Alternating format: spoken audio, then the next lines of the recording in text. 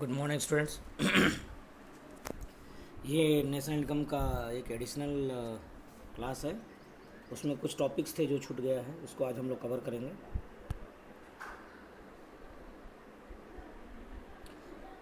इसमें हम लोगों ने अभी कवर नहीं किया था national income eight current price. तो पहले इसके हम लोग डेफिनेशन को देख लेते हैं। National income eight current price. National income eight current price is the monetary value of goods and services produced in a financial year measure at the price of current year। वो national income जिसको हम लोग current price के आधार पर goods और services के monetary value को add करते हैं, उसको हम लोग national income eight current price कहते हैं। एग्ज़ाम्पल के तौर पे अगर हम लोग ले लें कि वीट का प्रोडक्शन है इस ईयर में 1000 केजी, अगर इस साल का प्रोडक्शन अगर मान लीजिए इंटायर कंट्री का, और करेंट ईयर में पर केजी इसका प्राइस है 20 रुपीज़, तो एनआई कितना हो जाएगा 1000 इंटू 20 दैट इज़ 20,000। ये हम लोग का हो जाएगा नेशनल इनकम। और national income eight current price को ही हम लोग नॉमिनल नेशनल इनकम भी कहते हैं। नॉमिनल इसलिए क्योंकि ये रियल नेशनल इनकम को नहीं बताता। इसमें केवल हम लोग क्या करते हैं कि करेंट प्राइस को ही हम लोग इसमें करेंट ईयर के प्राइस से ही मल्टीप्लाई करेंगे जो प्रोडक्शन होता है, इसलिए इसको नॉमिनल नेशनल इनकम भी कहते हैं। नेक्स्ट है national income at constant price. National income at constant price को हम लोग रियल नेशनल इनकम भी कहते हैं। इसको हम लोग देखते हैं। National income at constant price is the monetary value of goods and services produced in a financial year measured at constant price। constant price means जो प्राइस हम लोग इसमें रखते हैं उसको हम लोग प्राइस ऑफ बेस ईयर भी कहते हैं, इसलिए इसको हम लोग रियल नेशनल इनकम भी कहते हैं। जो कांस्टेंट प्राइस के आधार पर नेशनल इनकम निकलती है उसको हम लोग रियल नेशनल इनकम कहते हैं। और इसमें जो प्राइस हम लोग रखते हैं वो बेस ईयर किसको हम लोग रखते हैं कि लास्ट पिछले वर्षों में वह ईयर जिस ईयर में प्राइस का फ्लक्चुएशंस बहुत कम रहा हो उसको बेस ईयर लिया जाता है। और अभी जो करेंट में है वो 2011 और 12 को बेस ईयर लिया गया है। तो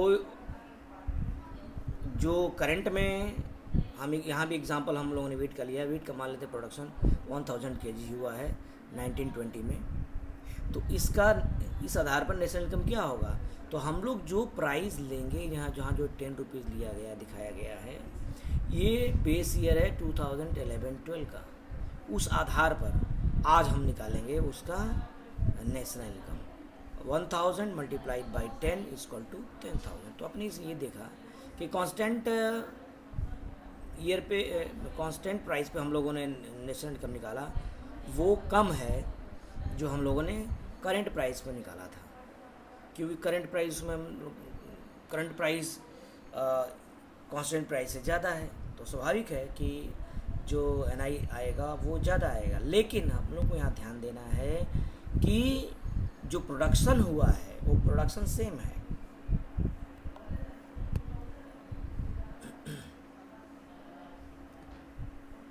अब एक क्वेश्चन आता है, न्यूमेरिकल आता है और थियोरेटिकल भी 1 नंबर में 2 नंबर में आता है। प्राइस इंडेक्स प्राइस इंडेक्स क्या होता है इसको देख लिया जाए। It is the index which shows the change in level of price in two different years.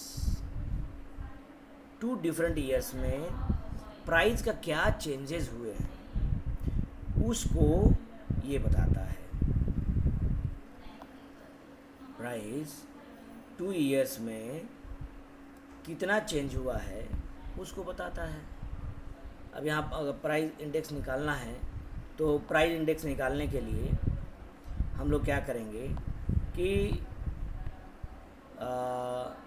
जो नेशनल इनकम बेस ईयर से हम लोगों ने निकाला है वो डिनोमिनेटर में होगा, NI इन करेंट ईयर वो न्यूमरेटर में होगा, यहाँ पे दिखाया गया है, इनटू 100.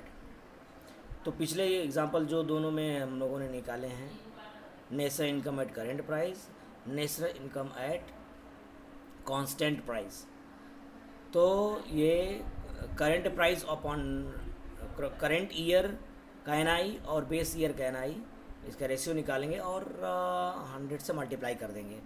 तो जो निकलेगा वही होगा आपका प्राइस इंडेक्स. 200% इसका प्राइस इंडेक्स आया. मतलब जो चेंजेस हुए हैं, जो प्राइस का फ्लक्चुएशन हुआ है वो 200% हुआ है और प्राइस इंक्रीज किया है. अब इसी के प्राइस इंडेक्स के आधार पर ही हम लोग GDP डिफ्लेक्टर निकालते हैं. GDP डिफ्लेक्टर का न्यूमेरिकल भी आता है और ये क्या होता है, जो प्राइस इंडेक्स है उसका फार्मूला सेम GDP डिफ्लेक्टर का ही होता है. तो सेम दोनों सेम है. It is the index which shows the change in level of price in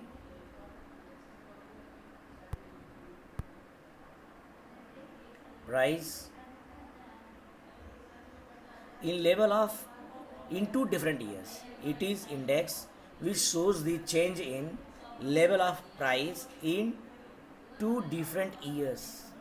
Two different years के आधार पर अगर हम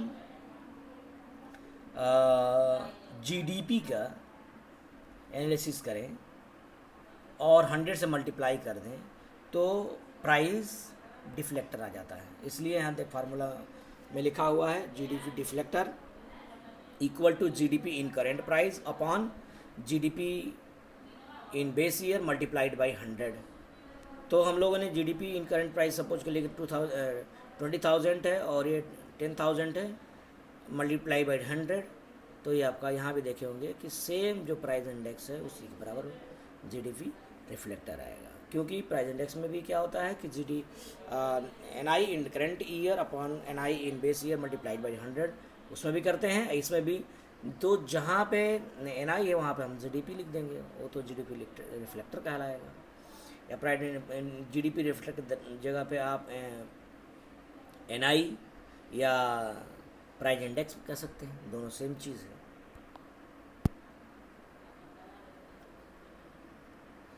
अब कुछ ऐसे टर्म्स हैं जो GDP और वेलफेयर में डिफरेंसेस वगैरह पूछता है. तो GDP और वेलफेयर दोनों सेम है लेकिन लिटिल डिफरेंसेस हैं इसमें.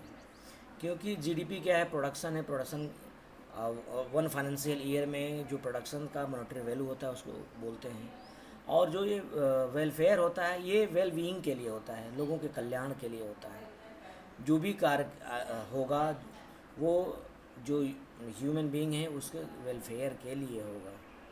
और इसका जो हम लोग करते हैं, निकालते हैं, इस आधार पर इन दोनों में डिफरेंसेस है.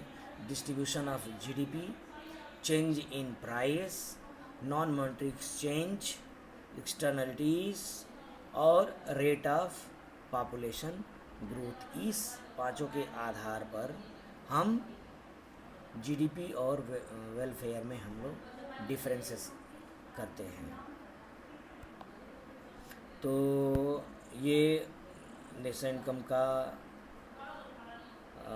बचा हुआ पोर्शन था कि GDP और वेलफेयर. और नेक्स्ट है ग्रीन GDP. ग्रीन GDP क्या होता है इसको हम लोग देख लेते हैं.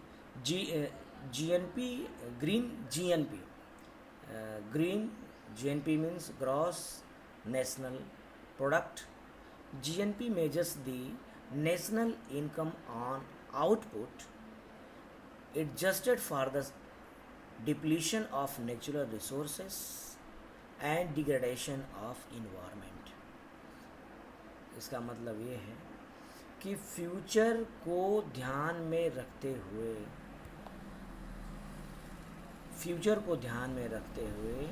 कि फ्यूचर में नेचुरल रिसोर्सेज या इन्वायरमेंट को ज़्यादा नुकसान न हो, हम जो प्रोडक्शन करते हैं वो ग्रीन जीएनपी कहलाता है। नीचे इसका ये ग्रीन जीएनपी का फार्मूला है, GNP minus loss of natural resources और इन्वायरमेंट। हम लोग जितना हम लोगों ने प्रोडक्शन किया उस ड्यूरेशन में हम लोगों ने कितना नेचुरल रिसोर्सेज को नुकसान पहुंचाया, कितना लॉस हुआ, उस चीज़ को अगर इसमें हम माइनस कर दें तो जो बचता है, जो वैल्यू आती है, वो रियल में ग्रीन जीएनपी कहलाती। क्योंकि जो हम प्रोडक्शन करते हैं या मैन्युफैक्चरिंग का काम करते हैं तो बहुत चीज़ों को हम लोग क्या करते हैं, उसका हम नेचुरल ह्रास करते हैं, उसको लॉस करते हैं। तो उस चीज़ को जितने अमाउंट का हम लोगों ने लॉस किया उस चीज़ को माइनस कर दिया जाए तो हमारा ग्रीन जीएनपी निकल जाता है। तो यही है। तो जो ग्रीन जीएनपी है वो मेज़र करता है नेशनल इनकम को कि हम लोगों ने क्या नेचुरल रिसोर्सेज को हम कम से कम नुकसान पहुंचाएं।